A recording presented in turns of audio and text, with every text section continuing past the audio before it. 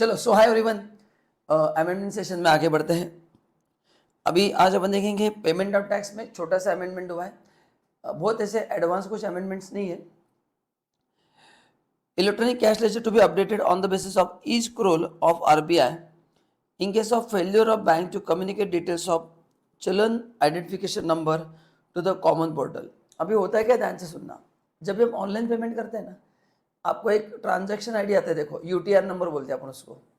तो वैसे मैं जब जीएसटी भरता हूँ तो एक सीन नंबर जनरेट होता है, चलन आइडेंटिफिकेशन नंबर 20 डिजिट का होता है। तो एक सीन नंबर जनरेट होता है। वो सीन नंबर से जीएसटी को पता चलता है कि आपका पैसा उनको गया है, क्योंकि जीएसटी के अकाउंट में इतना सारा पैसा इतने से लोग पे करते हैं। हाउ दे आइडेंटिफाई कि यही पैसा आपने दिया है? तो बैंक का एक सीन नंबर रहता है जो बैंक जीएसटी पोर्टल को कम्युनिकेट करता है। अभी काफ़ी बार क्या होता है कि बैंक की तरफ से ये पोर्टल पे कम्युनिकेट नहीं होता है, फिर डिपार्टमेंट को समझ में नहीं आता कि एग्जैक्टली पैसा किससे आया है। तो उससे रिलेटेड एक छोटा सा अमेंडमेंट है।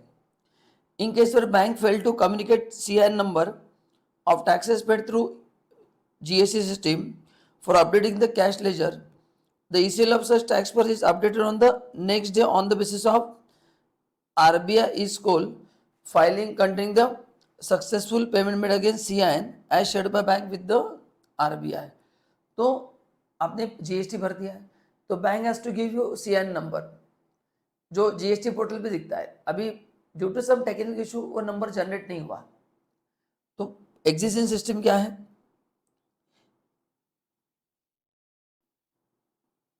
कि वो नेक्स्ट डे अपडेट कर देते हैं, नेक्स्ट डे अपडेट कर देते हैं on basis of RBI E scroll file containing. तो एक फाइल है आरबीआई क्या, ई स्क्रोल फाइल, जिसके थ्रू वो सीएन नंबर जनरेट हुआ वो हम पोर्टल को इन्फॉर्म करते हैं। करेक्ट ना? बट ये जो प्रोविजन है ये जीएसटी के पोर्टल पे नहीं है। करेक्ट ना? तो सीएन नंबर आपको कैसे बताती है नेक्स्ट डे को? जब आरबीआई में वो फाइल अपलोड करते हैं बैंक, तो उस समय सीएन नंबर आपको बताते हैं। However, there is no presently provision in CGST rule providing such updation of ECL based on e-scroll. So in this regard, CAG highlighted need for having specific provision for in law for updation of ECL on the basis of e-scroll of RBI। मतलब आपने GST का payment किया, उसका अगर scene number generate नहीं हुआ तो RBI का जो ये ई स्क्रोल ऑफ आरबीआई है उस बेसिस पे वो नंबर मिलना चाहिए, बस उसके रिलेटेड एक अपडेट है। This is in order to regularize the process of updating ECL of the taxpayer on the basis of e-scroll data received from RBI in case where payment has been received successfully।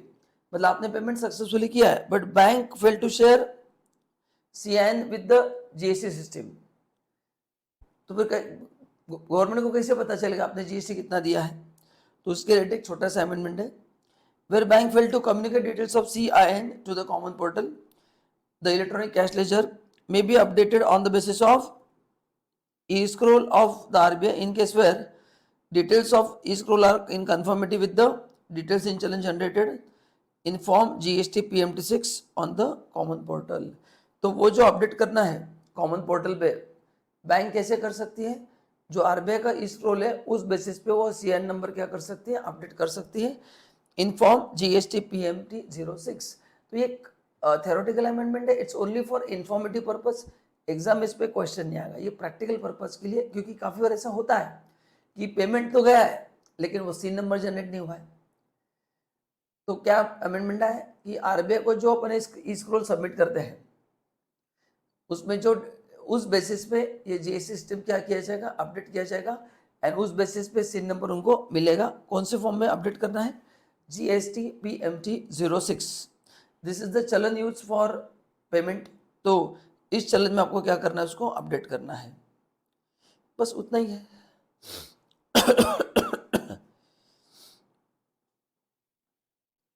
Now returns में अच्छा amendment हुआ है। अपन ने पढ़ा था annual return, तो उसका जो फीस है उसको रैशनलाइज किया गया है ओनली। अच्छा, एनुअल रिटर्न में कितना फीस देना पड़ता है याद है क्या आपने को? अपन ने क्लास में पढ़ा था 0.25% ऑफ टर्नओवर। कुछ याद है आपको? क्या भूल गए?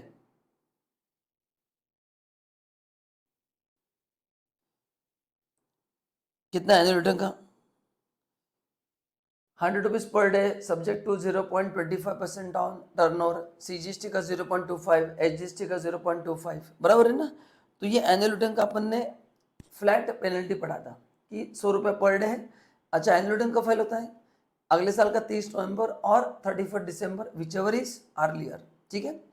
तो उसके बाद अगर डिले होता है तो पहले था 100 रुपये per day, maximum 0.25% of turnover, अभी ये फ्लैट था। अब इसको रेशलेस का मतलब क्या, गवर्नमेंट ने ऑब्जर्व किया कि जिस बंदे का ऑडिट है, जिस बंदे का ऑडिट नहीं है, जिसका टर्नओवर ज़्यादा है, जिसका टर्नओवर कम है, सबके लिए एक ही फीस है। तो अब इसको टर्नओवर बेस किया गया है। जैसे अपन ने GST-R1 में पढ़ा था ना, एक लास्ट ईयर अमेंडमेंट, वैसे यहाँ पे भी हुआ है, उसको रेशनलाइज किया गया, एकदम इजी कर दिया है। तो देखो क्या किया है। Section 47 stipulates that a specified amount of late fee for delay in filing return, an equal amount of late fee payable by such person irrespective of HGST GST as well, ठीक है। The late fee can be waived partially or fully by central government. Consequently, since the inception of GST law, the late fee being regularly waived by central government either fully or partly.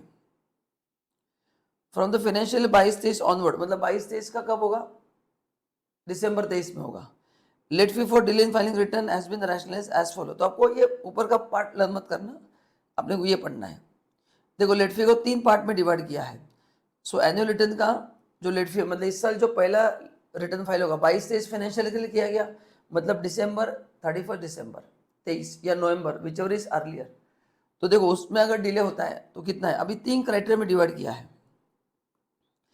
अगर आपका turnover up to 5 crore है तो आप पहले category में हो, 5 से 20 करोड़ है तो आप सेकंड कैटेगरी में हो, एंड 20 करोड़ से ज़्यादा है तो आप थर्ड कैटेगरी में हो। तो उसको टर्नओवर के बेसिस पे डिवाइड किया गया है। तो जिनका टर्नओवर 5 करोड़ से कम है, 50 रुपीज़ पर डे किया है, that is 25 rupees CGST, 25 rupees HGST, या फिर 0.04, not 4, 0.04% of turnover, that is 0.02 of CGST and 0.02 of HGST, और जो भी है इसमें से भी क्या लेना है, लोअर लेना है, ठीक है। तो ये एग्जाम में न्यूमेरिकल आ सकता है इस बार, आप अच्छे से उसको पढ़ना। एनुअल रिटर्न जो फाइल होगा उसमें इस तरह का पेनल्टी होगा। अगर टर्नओवर 5 करोड़ के अंदर है तो वो जो ड्यू डेट है, अच्छा बोलो what is last date for financial year 22-23, क्या लास्ट डेट होगा, 30 नवंबर 2023 और 31 दिसंबर 2023, विच एवर इज अर्लियर, और ये लास्ट डेट है। ये मत बोलना कि सर 30 नवंबर ही होगा, अपन ने क्लास में न्यूमेरिकल किए थे। अगर मैंने 30 सितंबर को फाइल किया तो 30 सितंबर होगा, बराबर है कि नहीं। तो ये लास्ट डेट है, ये इसका मतलब नहीं कि 31 को ही करना है, करेक्ट ना। तो उसके पहले मतलब 30 नवंबर के पहले किया तो वो डेट होगा, नहीं तो 30 नवंबर कन्फर्म है ना। अगर सपोज मैंने 30 नवंबर के पहले किया तो वो अर्लियर होगा, एंड मैंने 30 नवंबर तक कुछ भी नहीं किया तो 30 नवंबर क्या होगा, अर्लियर होगा। उसके बाद अगर डिले होता है एनुअल रिटर्न फाइल करने में, तो देखो कितना पेनल्टी लगेगा। अगर आपका टर्नओवर 0 to 5 करोड़ है तो 50 रुपीज़ पर डे और 0.04% of turnover, which is less. अगर 5 से 20 करोड़ है तो फिर 100 रुपये किया, जो अभी 100 रुपये था वो भी इनके लिए किया कि जिनका टर्नओवर 5 से 20 करोड़ है, 50 रुपीज़ पर डे किया, एंड ये सेम ही रखा है। तो ये परसेंटेज सब सेम रखा है 0.04%, ठीक है। और ये 100 रुपीज़ पर डे, उसमें से विच एवर इज लोअर। तो 0 to 5 एंड 5 to 20 में बस 25 को 50 कर दिया, तो 50 का टोटल 100 रुपये हो गया, बाकी सेम ही है। एंड 20 करोड़ के ऊपर अगर टर्नओवर है तो फिर ज़्यादा कर दिया है, 200 रुपये पर डे बोला है, 100 रुपये CGST का, 100 रुपये HGST का, एंड फिर 0.5% ऑफ टर्नओवर बोला है, हाँ 0.5% ऑफ टर्नओवर। सो 0.25, 0.25 गाइस, ये 0.04 है, इट्स नॉट 0.4। एग्जाम में न्यूमेरिकल आएगा, संभल के करना, इट्स 0.04%, ठीक है ना। मतलब अगर टर्नओवर आपका 15 करोड़ है तो 15 करोड़ का 0.04% ऐसे करना है, ठीक है। तो कितना का करो, तो 15 करोड़ का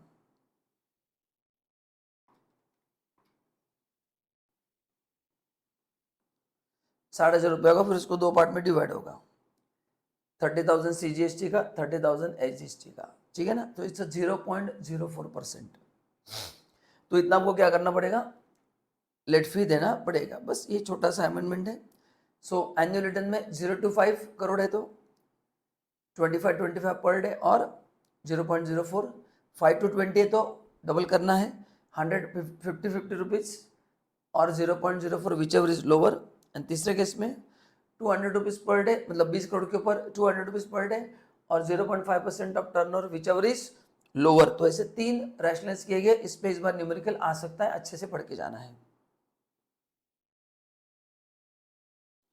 नेक्स्ट और एक छोटा सा अमेंडमेंट आया, तो उसके लिए पहले अपन देखते हैं GSTR 1 क्या होता है, 3B क्या होता है। सबको पता ही है कि रिवीजन ले रहा हूँ। मेरा जो रिटर्न ऑफ आउटवर्ड सप्लाई है वो अपन GSTR 1 में फाइल करते हैं, करेक्ट। मतलब लेट्स से अक्टूबर 23 में जो अपन ने सेल किया है उसका GSTR 1 का ड्यू डेट है 10 नवंबर, बट अभी एक्सटेंशन करके क्या है वो 11 नवंबर है, कुछ लोगों के लिए 13 नवंबर है। मैं अभी एक्ट का डेट लिख रहा हूँ, आपको पता है या तो 11 है या तो 13 है ना, 11 भी है और 13 भी है। एंड इसका जो GSTR 3 भी है उसका डेट 3 है, 20 नवंबर हो सकता है, 22 नवंबर है, 24 नवंबर है। अपन ने पढ़ा है कि कहाँ पे 22 है, कहाँ पे 24 है, कहाँ पे 20 है। अच्छा, व्हाट इज 3B?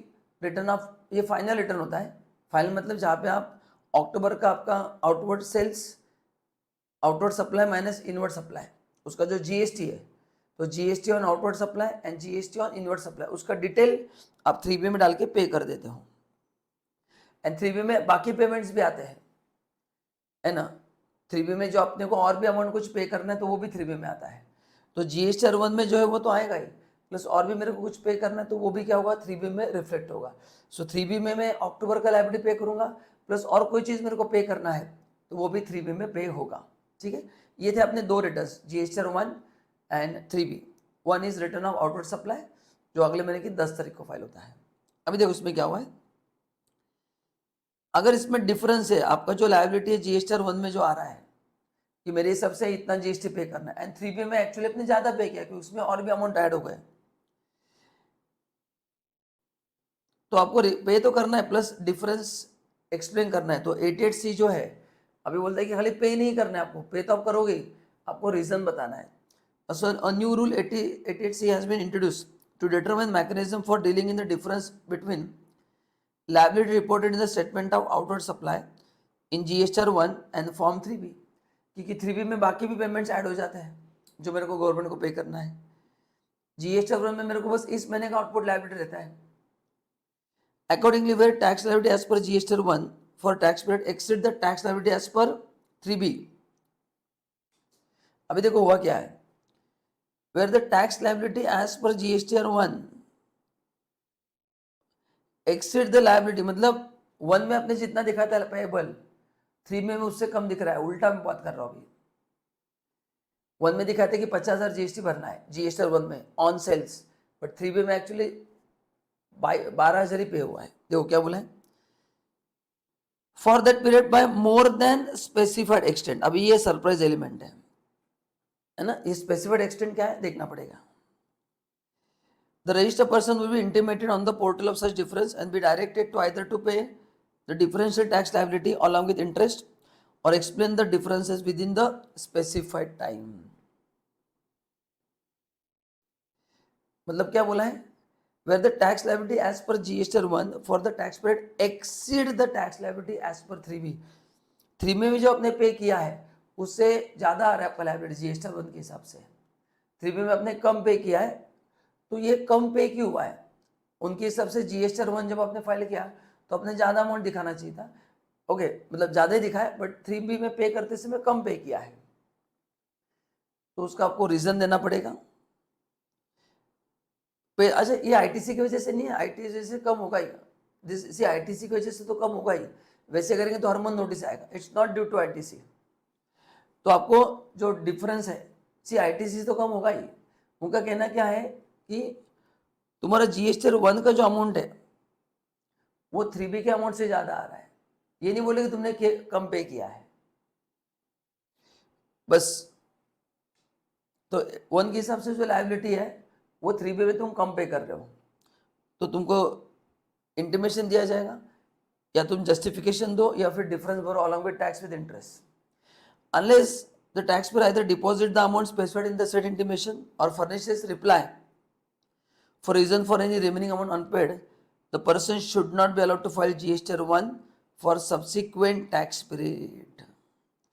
तो आगे आप उसका रिटर्न, मतलब आगे के रिटर्न आपके होल्ड पे जाएंगे ना, आप GST 1 अगले महीने का भर पाओगे, ना इनवॉइस फर्निशिंग फैसिलिटी जो अगले महीने का वो आप दे पाओगे। तो ये आपको समझना है, ठीक है। अभी आप सोचेंगे कैसे हो सकता है। सी क्या होता है, GST 1 जो होता है उसमें अपन एक महीना एक क्वार्टर उसका अपन सेल्स दिखाते हैं, वो डिटेल्स वहाँ पे इनवॉइस वाइज होते हैं, एंड 3B में समरी फॉर्म में होते हैं। तो समरी में दिखाते समय कुछ गड़बड़ हो जाता है, तो अगर वो गड़बड़ हो गया तो मिसमैच हो जाता है। बस ये उन्होंने लिखा है कि अगर कोई मिसमैच होता है ड्यू टू ह्यूमन एरर ही हो सकता है वो, क्योंकि लॉजिकली 1 में जितना पेएबल है उतना ही 3B में दिखना चाहिए, बट 3B में समरी फॉर्म में रिकॉर्ड होता है, GST 1 इनवॉइस वाइज रिकॉर्ड होता है, प्लस 3B में मेरा RCM भी रिकॉर्ड होता है। RCM में मेरे को जो टैक्स देना है वो भी 3B में आता है।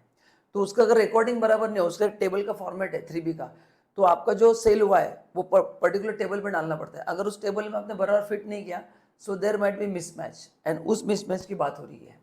तो अगर ये मिसमैच होता है तो आपको इंटीमेशन आएगा, या तो आप एक्सप्लेनेशन दो, नहीं तो फिर आपको विथ इंटरेस्ट क्या करना पड़ेगा, उसका टैक्स देना पड़ेगा। तो देखो ये रूल 88C नया लाया गया, where tax payable by registered person in accordance with the statement of outward supply furnished in GST 1 or invoice furnishing facility in respect of tax period exceed the amount of tax payable by such person in accordance with the return for 3B। मतलब 3B में जो दिखा है उससे GST 1 में ज़्यादा दिख रहा है, तो 3B में अपने उसका टेबल जो होता है बराबर फिल नहीं किया है। मैं आपको एकदम सिंपल लैंग्वेज बता रहा हूँ, वो अपने बराबर 3B में फिल नहीं किया है, उसका 3B में समरी फॉर्म में दिखाना पड़ता है, यहाँ पे इनवॉइस वाइज दिखाना पड़ता है। तो शायद आपसे कुछ गलती हो गई एंड गड़बड़ हो गया, आपने पे भी कर दिया बिना समझे, एंड बाद में गवर्नमेंट को समझा। By such amount and such percentage as may be recommended by council. अब ये कितना डिफरेंस है क्या है वो अभी तक पता नहीं है, तो आपको इंटीमेशन आ जाएगा, एंड फिर वो इंटीमेशन आपको इलेक्ट्रॉनिकली आ जाएगा। तो उसमें इस इंटीमेशन में आपको डिफरेंस बता देंगे क्या डिफरेंस है, आपको डिफरेंस टैक्स देना है अलॉन्ग विथ इंटरेस्ट, या फिर आपको 7 दिन में उनको एक्सप्लेनेशन देना है, बस। Such registered person shall upon the receipt of above intimation either pay the amount of differential tax liability as specified in the intimation fully or partly along with the interest under section 50 और furnish the details thereof electronically on the common portal। मतलब आप पूरा पे करो, partly पे करो, जो भी आपको एक्सेप्ट है भर दो अलॉन्ग विथ इंटरेस्ट, या फिर आपको लगता है कि कुछ भरने की जरूरत नहीं है तो आप उनको रिप्लाई दो क्यों वो रिमेनिंग अनपेड है with in 7 days। Where any amount specified in the intimation remain unpaid within 7 days period and where no explanation furnished by registered person in default, मतलब ना तो अपने 7 दिन में उसको पे किया ना रिप्लाई किया, या where the explanation reason furnished by such person is not found to be acceptable by the proper officer, the said amount shall be recovered as per section 79। ठीक है, तो ये इंटर लेवल पे ये सेक्शन नहीं है, ये फाइनल लेवल पे है, तो इंटर लेवल पे सेक्शन नहीं है, सो टेंशन मत लो। The registered person to whom such intimation of difference between GST 1 and 3B for a tax period is issued will be blocked from furnishing GST 1 using IFF for subsequent tax period unless he deposit the amount specified in intimation or explain the reason for any unpaid amount। बस वही दिया है, आगे का नहीं पढ़ा तो भी चलेगा, वही दिया है, ठीक है। तो ये डिफरेंस क्यों होता है मैंने आपको बता दिया है, क्योंकि GST 1 में हर एक इनवॉइस का डिटेल देना पड़ता है, यहाँ पर समरी फॉर्म में डिटेल देना पड़ता है, तो देते समय कुछ गड़बड़ हो गया, अदरवाइज गड़बड़ नहीं होगा। तो ये आपको बताने कि ऐसा क्यों हो रहा है। नेक्स्ट टॉपिक है रिफंड।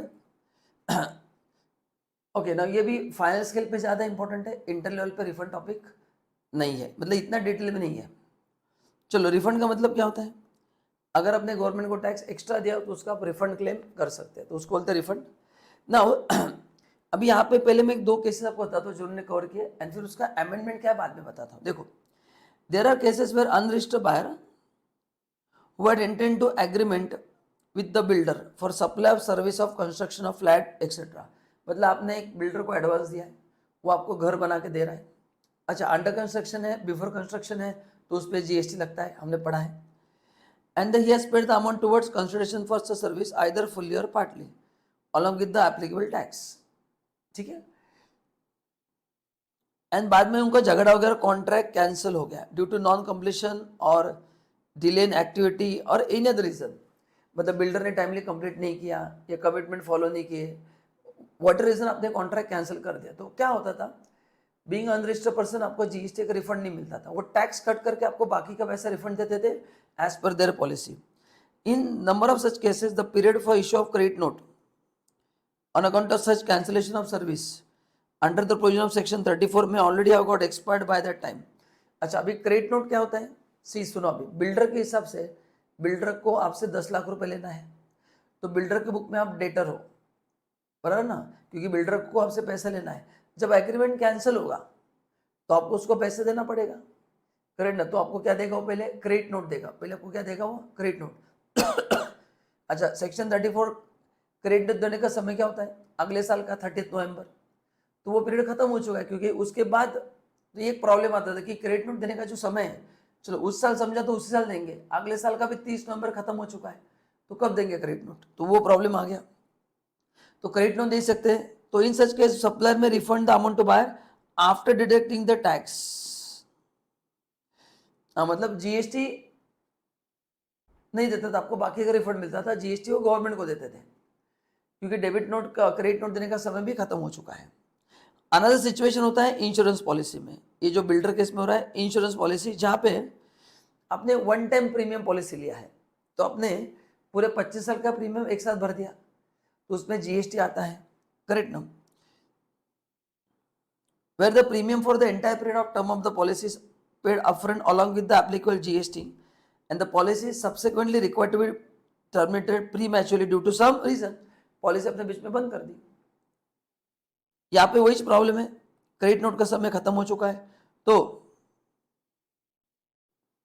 इंश्योरेंस कंपनी में refund only the proportionate premium net of GST, same वो भी करते थे कि आपको पूरा रिफंड नहीं मिलता था क्योंकि आप अनरजिस्टर्ड हो, जीएसटी अमाउंट कट करके आपको रिफंड मिलता था क्योंकि जीएसटी उन्होंने गवर्नमेंट को दिया है, एंड बीइंग अनरजिस्टर्ड पर्सन आप कैसे क्लेम करोगे।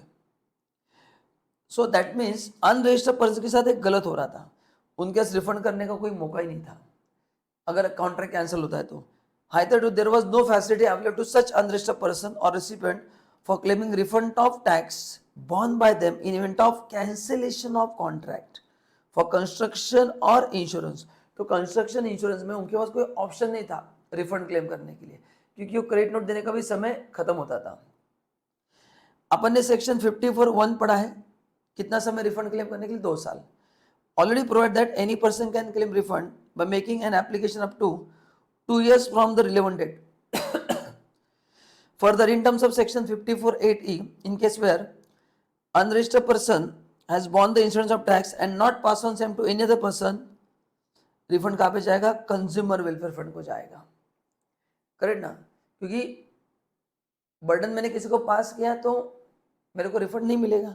तो unregistered person has borne the insurance of tax and not pass on same to any other person, तो वो उसको रिफंड मिलेगा नहीं, तो वो रिफंड कहाँ पे जाएगा, वो कंज्यूमर वेलफेयर में जाएगा। अपन ने 54 में पढ़ा था, अगर आपने प्रूफ कर दिया कि मैंने बर्डन पास ऑन नहीं किया है तो रिफंड मिलता है, बट बर्डन पास ऑन किया तो आपको रिफंड नहीं मिलता था, अमाउंट कहाँ पे जाएगा,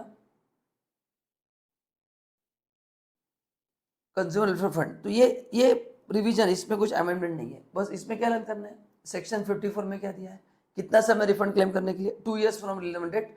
रिफंड कब मिलेगा, अगर आपने प्रूफ किया कि आपने बर्डन पास ऑन नहीं किया है, एंड अगर आपने बर्डन पास ऑन किया है तो बिल्डर ने क्या किया, बर्डन पास ऑन किया है, किसको पास ऑन किया, बिल्डर ने, बिल्डर कस्टमर पे पास ऑन किया है, तो बिल्डर को तो रिफंड नहीं मिलेगा, वो कहाँ पे जाएगा, कंज्यूमर वेलफेयर फंड में जाएगा। तो इसलिए प्रोविजन लाया गया, तो यहाँ तक कोई अमेंडमेंट नहीं था, ये तो एक जस्ट रिवीजन था। अभी एज अनरजिस्टर्ड पर्सन आप ऊपर के दोनों सिचुएशन में रिफंड क्लेम कर सकते हैं। आपको एक टेम्पररी रजिस्ट्रेशन नंबर दिया जाएगा, रिफंड फॉर अनरजिस्टर्ड नंबर, है ना। एक टेम्पररी आपको नंबर ले सकते हैं by in the name of refund for unregistered person, and फिर उसमें आपको डॉक्यूमेंट सबमिट करना है जो रिक्वायर्ड है वो, एंड फिर आपको रिफंड मिल जाएगा। यस, तो आपको पहले टेम्पररी नंबर लेना पड़ेगा।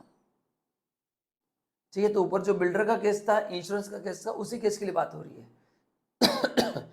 क्योंकि आपको वो लोग कट करके पैसा देते थे और गवर्नमेंट भी इनको रिफंड नहीं देता था, क्योंकि वो कंज्यूमर वेलफेयर फंड में जाता था, क्योंकि इन्होंने बर्डन आपके ऊपर पास ऑन किया है।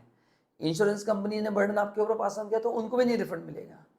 बिल्डर ने भी बर्डन आपके पास ऑन किया, उनको नहीं मिलेगा।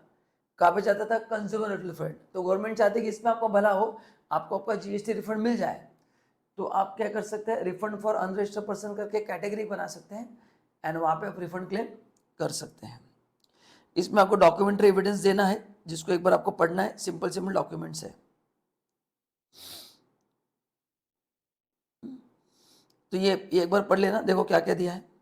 स्टेटमेंट देना है आपको, details of invoice, number, date, value of tax paid, details of payment. Builder से आपको जो डिमांड लेटर आता है उस पर लिखा रहता है, वो सब देना है।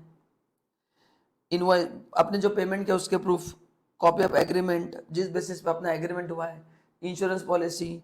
देन जब एग्रीमेंट कैंसिल होगा उसका कुछ नोट रहेगा, आपने जो पेमेंट किया है उसका नोट रहेगा, बिल्डर ने जो आपको पेमेंट दिया उसका नोट रहेगा। तो ये सब चाहिए।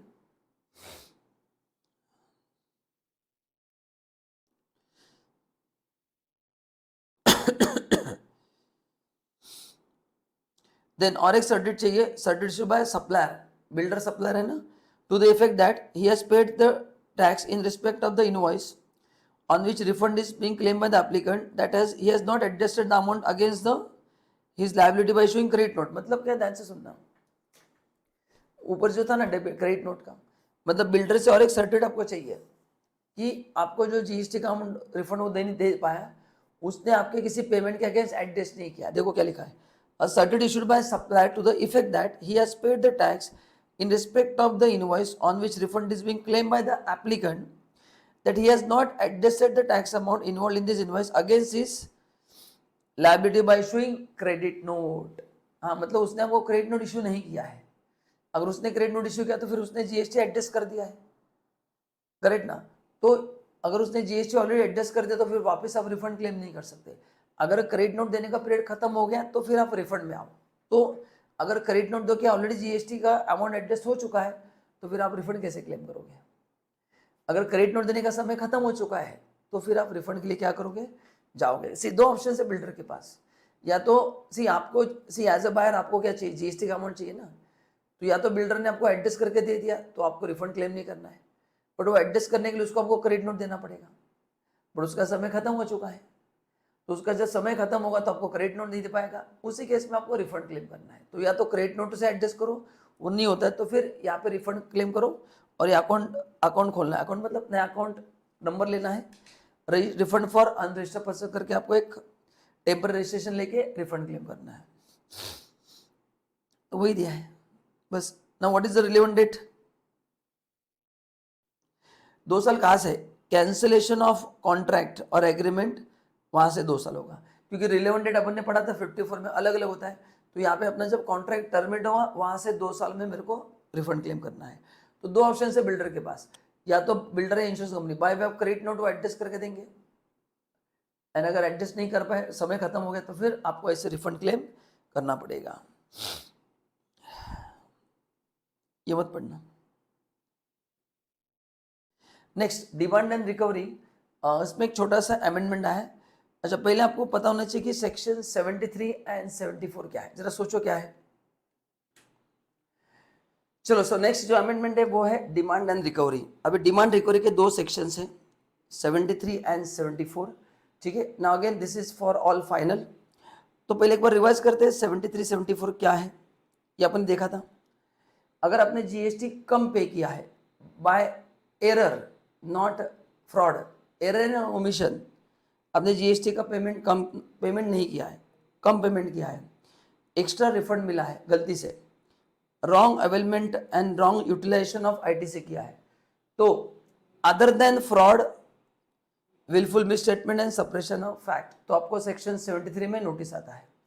एंड अगर ड्यू टू फ्रॉड वगैरह है तो 74 में आता है, ऑन अकाउंट ऑफ फ्रॉड है तो 74 में।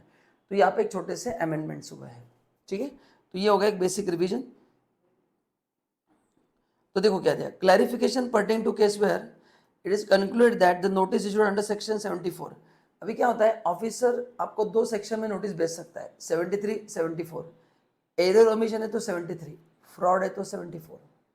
तो वो बोलेंगे कि आपने फ्रॉड ही किया है, क्योंकि फ्रॉड में पेनल्टी लगता है, एरर ओमिशन पेनल्टी का कम है, कुछ केस में लगता ही नहीं है, लेकिन फ्रॉड में आपको पेनल्टी कंफर्म लगता है। तो बाकी जीएसटी और इंटरेस्ट तो सेम ही देना है, बट पेनल्टी की वजह से 74 में उसने आपको नोटिस कर दिया, आप कोर्ट में गए, आपने झगड़ा किया और आपकी फेवर में डिसीजन आया कि ये जो केस है ये 74 का नहीं है, ये 73 का है, is not sustainable for the reason that charges of fraud has not been establish against the noticee. तो आप चार्जेस ऑफ फ्रॉड प्रूफ नहीं कर पाए तो फिर ऐसा माना जाएगा कि नोटिस 73(1) का इशू किया है, ठीक है।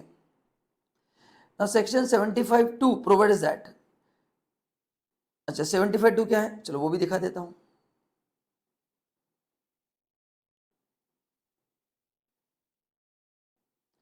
General provision regarding determination of tax है, करेक्ट ना, वो दिया है। तो ये देखो ये केस है, ये अपन ने अभी जो दिखा था वो यही लिखा है कि अगर प्रूव हो गया कि फ्रॉड के चार्जेस आप प्रूव नहीं कर पाए तो 74 में जो नोटिस दिया वो सस्टेनेबल नहीं होगा, वो 73(1) का नोटिस होगा। किसका होगा, 73(1) का नोटिस होगा। हाँ, तो section 73 provide that cases where appellate authority or tribunal court concludes that notice issued by a proper officer under 74 is not sustainable for the reason that charges of fraud or any willful misstatement or suppression of fact to evade tax have not been established against the notice, then the proper officer shall determine the tax as per 73(1). तो ये section 75(2) में लिखा है कि 74(1) में जो आपने notice दिया था फ्रॉड का वो सस्टेन नहीं हो पाया। तो 75(1) क्या बोलता है, 75(2) जो अभी दिखा मैंने आपको कि आपका असेसमेंट फिर सेक्शन 73(1) एरर ओमिशन के हिसाब से होगा, जहां पे पेनल्टी नहीं लगेगा, ठीक है। ओके, तो उसके लिए कुछ क्लैरिफिकेशन है। अगर इसमें से काफी चीजें अपन ऑलरेडी क्लास में पढ़ चुके हैं। in some case where show cause notice has been issued by proper officer under section 74(1) for the demand of tax not paid, short paid, erroneous refund, ITC wrongly availed or utilized, ये आपको पता ही है। The appellate authority, appellate tribunal conclude that the notice is not sustainable under section 74(1) for the reason that charges of fraud, any willful misstatement, suppression of facts have not been established against the notice। हाँ, तो question है what is the time period for, ये यहाँ पे दिया है ना। Question है कि कितना टाइम पीरियड मिलेगा। चलो, तो इस पहले क्लैरिफिकेशन में टाइम पीरियड दिया है, ये तो प्रूव हो गया, ये तो प्रूव हो गया कि वो 74 का है नहीं, 73 में होगा। तो कितना समय मिलेगा, तो यहाँ पे दिया है, डायरेक्टली आपको पढ़ना है। ट्राइब्यूनल का ऑर्डर आने के बाद 2 साल मिलेंगे आपको। ट्राइब्यूनल कोर्ट जहाँ पे भी आप गए हो और आपने प्रूफ कर दिया एज अ टैक्स पेयर कि ये फ्रॉड का केस नहीं है, तो 73(1) के हिसाब से चलेगा, तो 2 साल मिलेंगे। कहाँ से, ये 2 साल आपको मिलेंगे date of direction by tribunal, authority और कोर्ट एज अ केस में भी इनके हिसाब से आपको 2 साल मिलेंगे, यहाँ से 2 साल मिलेंगे। ये कौन से सेक्शन में लिखा है, ये सेक्शन 75(3) में लिखा है। और ये था गाइस 75(3) जो मैं आपको ऑलरेडी क्लास में पढ़ा चुका हूँ। सो ये अमेंडमेंट ऑलरेडी मैंने कवर किया, ये अपने रेगुलर नोट्स है, बट जिन लोगों ने पहले किया है उनके लिए है। सो ये अमेंडमेंट मैंने ऑलरेडी रेगुलर लेक्चर में कवर किया, ये मेरे नोट्स है, आपको दिख रहा है यहाँ पे 2 years। So this is already taken care of. तो आप अगर मेरे वीडियोस देख लोगे तो आपको ये ऑलरेडी पता है, तो ये देखने की ज़रूरत नहीं है, इसलिए मैंने आपको बता दिया, ठीक है। इसलिए मैं डायरेक्ट पढ़ रहा हूँ।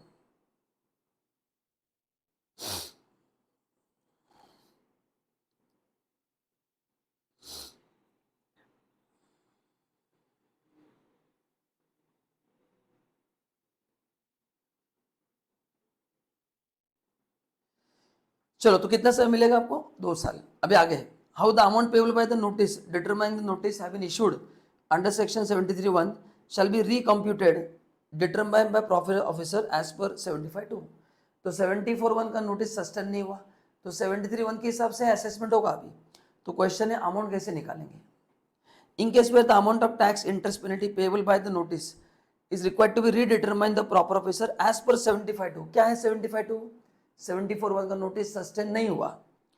The demand would have been redetermined keeping in consideration the provision of section 73(2) and 73(10). क्या है 73(2)(10) पढ़ते आइए, जो भूल गया उनके लिए दिखा रहा हूं। 73(2) में क्या दिया है? अच्छा पहले 72(10) पढ़ते अपन। कितना समय है टोटल? 3 साल का समय टोटल नोटिस देने के लिए। टोटल 3 साल में असेसमेंट कंप्लीट करना है। Okay, but show cause notice देना है 3 साल खत्म होने के 3 मंथ्स पहले। सो 2 years एंड 9 months, बस वही वहां पे बोला है।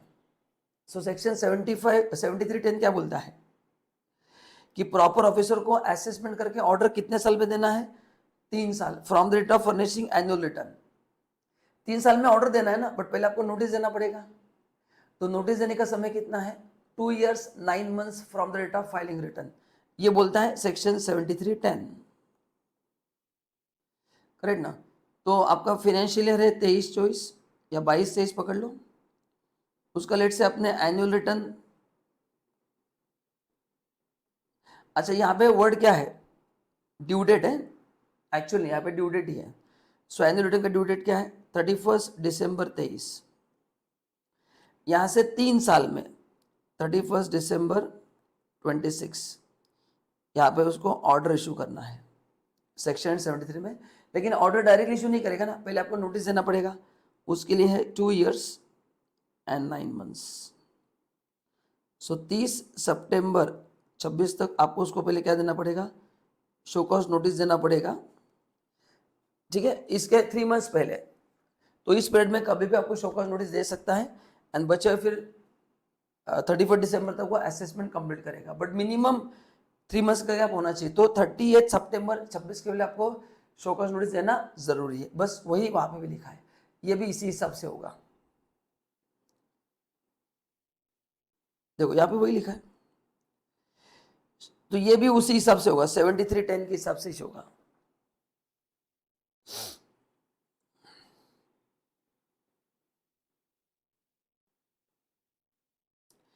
Therefore, in case where proper officer has to redetermine the amount of tax, interest, penalty payable, deeming the notice to have been issued under 73(1) in terms of 75(2), the same can be redetermined for so much of amount.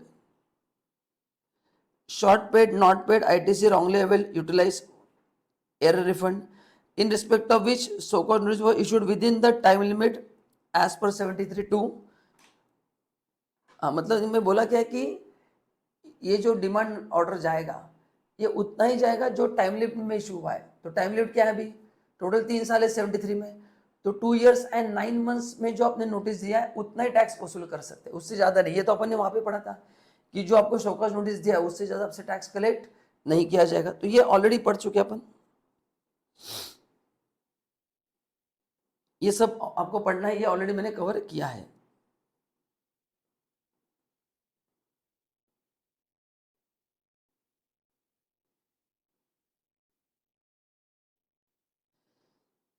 Thus, the only amount of tax short paid, not paid, ITC wrongly able, utilized, tax payable on account of refund along with the interest penalty in terms of 73 can be redetermined.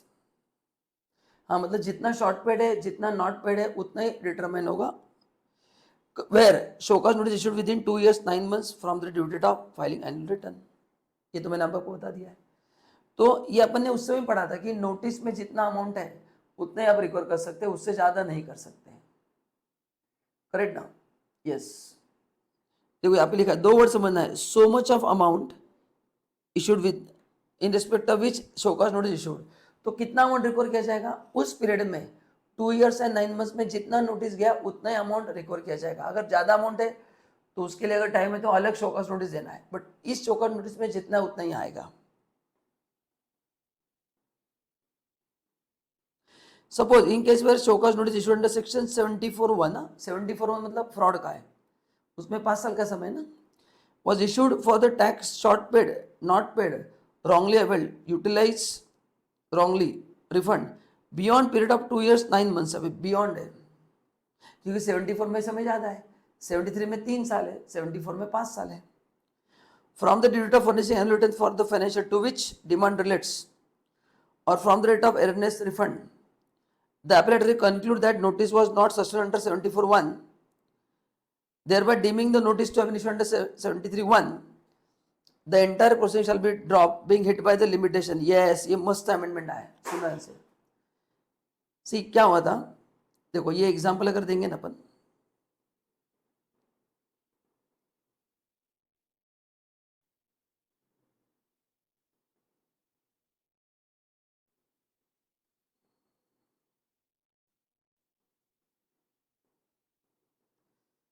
ध्यान से सुनो क्या बोला है. ये आपका financial year था 22-23, इसका ड्यू डेट क्या था एनुअल रिटर्न का, 31 दिसंबर 2023. ठीक है, अभी आपने फ्रॉड के हिसाब से केस नोटिस दिया था, फ्रॉड के लिए कितना समय है, 5 years. सो 31 दिसंबर 28, यहाँ पे 6 मंथ का समय है, 73 में 3 है, यहाँ पे 6 मंथ है. सो 30 जून 28 के पहले आपको देना था शो कॉज नोटिस. ठीक है, क्योंकि आपके हिसाब से फ्रॉड था.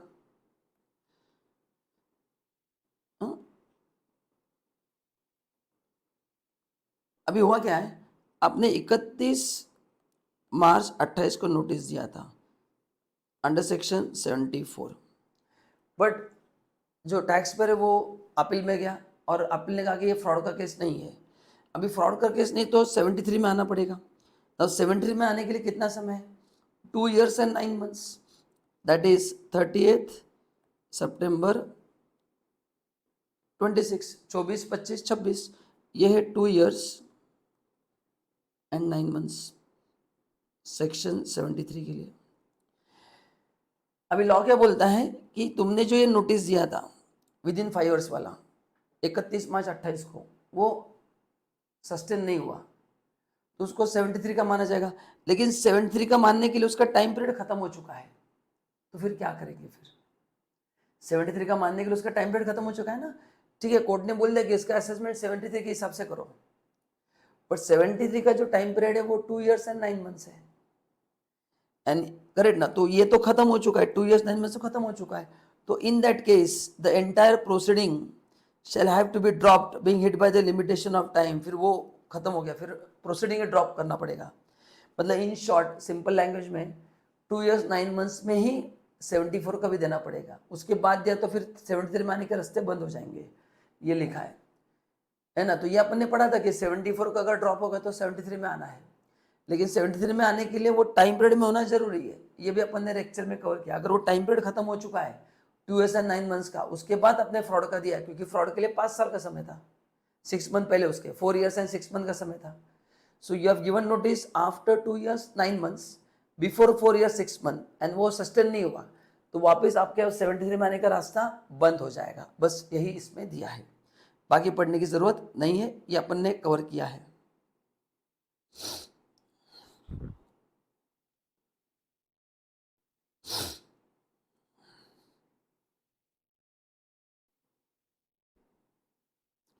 ठीक है, तो ये दिया है. नेक्स्ट, ये समझा आपको क्या गया.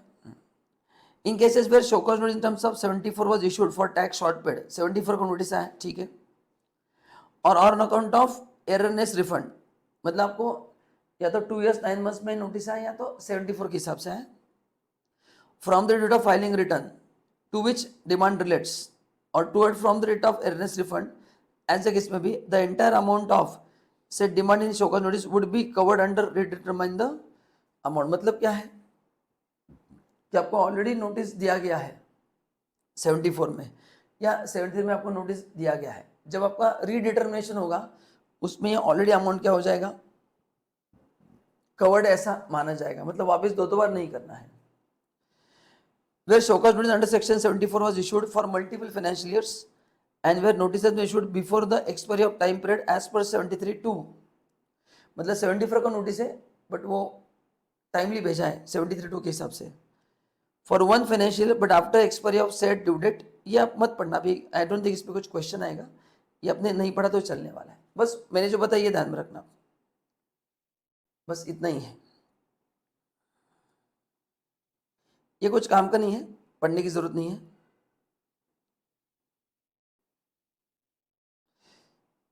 चलो नेक्स्ट है अपील्स एंड रिवीजन में कुछ छोटे से अमेंडमेंट्स है। In case of appeal file against the order of educating authority which is uploaded on common portal, requirement of submission of certified copy of said order is dispense with rule।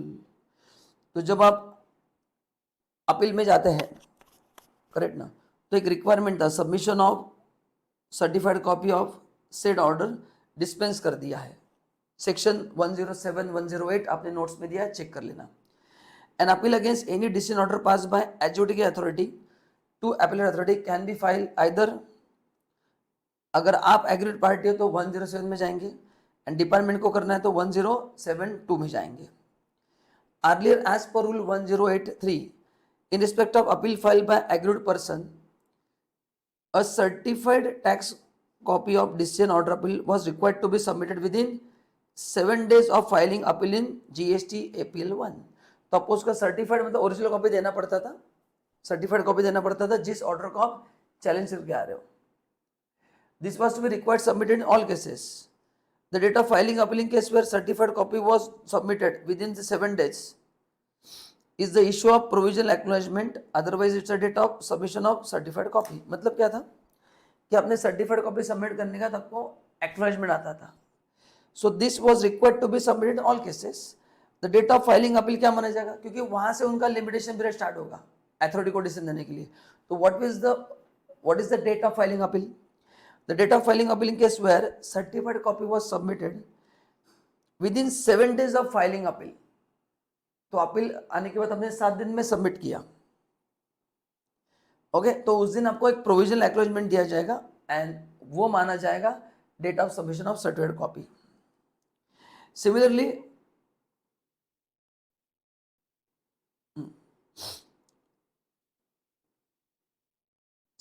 Rule 1092 relating to appeal filed by department provide for the requirement of certified copy of the order passed within 7 days of filing application in form GST APL 03 in all the cases।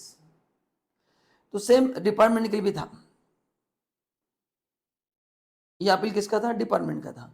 ये पहले किसका था? Agreed person का था। तो दोनों में फर्क क्या है? रूल 108 अपने लिए है, रूल 109 डिपार्टमेंट के लिए, दोनों के लिए सेम ही था, क्योंकि 7 दिन में क्या करना है? सर्टिफिकेट कॉपी दोनों को सबमिट करना है। एनी कॉपी अगर आपने विद इन सबमिट किया तो फिर वो डेट ऑफ एप्लीकेशन माना जाएगा, उसके बाद किया तो जिस दिन सबमिट करेंगे वो डेट ऑफ एप्लीकेशन माना जाएगा। However, in GST regime, when an order was which is appealed against the issue or uploaded by adjudicating authority on the common portal, the same can be viewed by the appellate authority। तो government ने कहा कि ये जो certified copy है GST department से आया है तो वापस ओरिजिनल सबमिट करने की जरूरत नहीं है, ये पोर्टल पे ऑलरेडी अवेलेबल है। तो इसलिए एक छोटा सा प्रोविजन किया गया कि वापस वो सर्टिफाइड कॉपी देने की जरूरत नहीं है, बिकॉज ये ऑर्डर पोर्टल पे रहेगा ही। तो अगर GST पोर्टल पे अवेलेबल है तो appeal authority can access over there, वापस सर्टिफाइड कॉपी देने की जरूरत नहीं है, बस इतना ही किया है। Accordingly the requirement of submission of by the applicant of certified copy of such an uploaded order to vouch is authenticity, तो वही दिया है।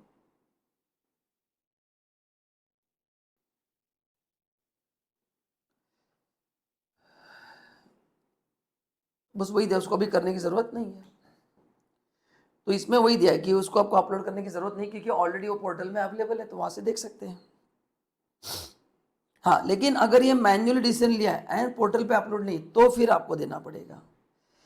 तो अभी क्या बोला है कि ये जो अपन जब अपील में जाते थे, अपन हो या डिपार्टमेंट, तो अपने को जिस ऑर्डर को आप चैलेंज कर रहे हैं उसका सर्टिफाइड कॉपी देना जरूरी था। अभी दो ऑप्शन है, अगर वो इलेक्ट्रॉनिकली पास हुआ है, मतलब ऑनलाइन असेसमेंट हुआ है सब कुछ, तो फिर वो पोर्टल पे रहेगा, तो आपको सबमिट करने की जरूरत नहीं है। But due to some reason authority ने मैन्युअली पास किया है तो पोर्टल पे नहीं है, इन दैट केस आपको सर्टिफाइड कॉपी देना पड़ेगा, बस इतना ही है।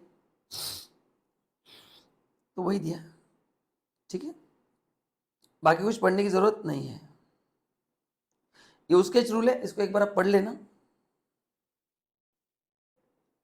नाउ तो ये ऊपर का जो पार्ट है वही दिया है, जो मेन पार्ट मैंने बता दिया। ये सब्स्टिट्यूटेड रूल्स है 1083 एंड 109, उसके जो अमेंडमेंट्स है मैंने आपको ऑलरेडी यहाँ पे 109 एंड ये जो है 107 108 एंड 9 मैंने अमेंडमेंट्स ऊपर बता दिया है, बस उसका वो पूरा रूल मैंने नीचे वापस दिया है। तो ये अमेंडमेंट्स आपने अपने रूल में जोड़ दिए तो सब रेडी हो जाएगा। तो ये आपको एक बार पढ़ना है, सेम ही चीज़ है। नाउ अभी एक अलाउ किया है, आप अपील एप्लीकेशन विड्रॉ कर सकते हैं if it is filed before first authority. नया रूल आया गया, first authority. Earlier GST law में कोई प्रोविजन नहीं था कि आप अपील विड्रॉ कर सकते हैं। Earlier there was no provision in GST law for withdrawal of appeal file under the section 107, 102 before the first appellate authority against the decision order of adjourning authority by aggrieved person or officer। 107 अपने लिए था, 1072 department के लिए था। तो एक बार अपन appeal में गए, फर्स्ट अपील में, तो विड्रॉल को कोई ऑप्शन नहीं था।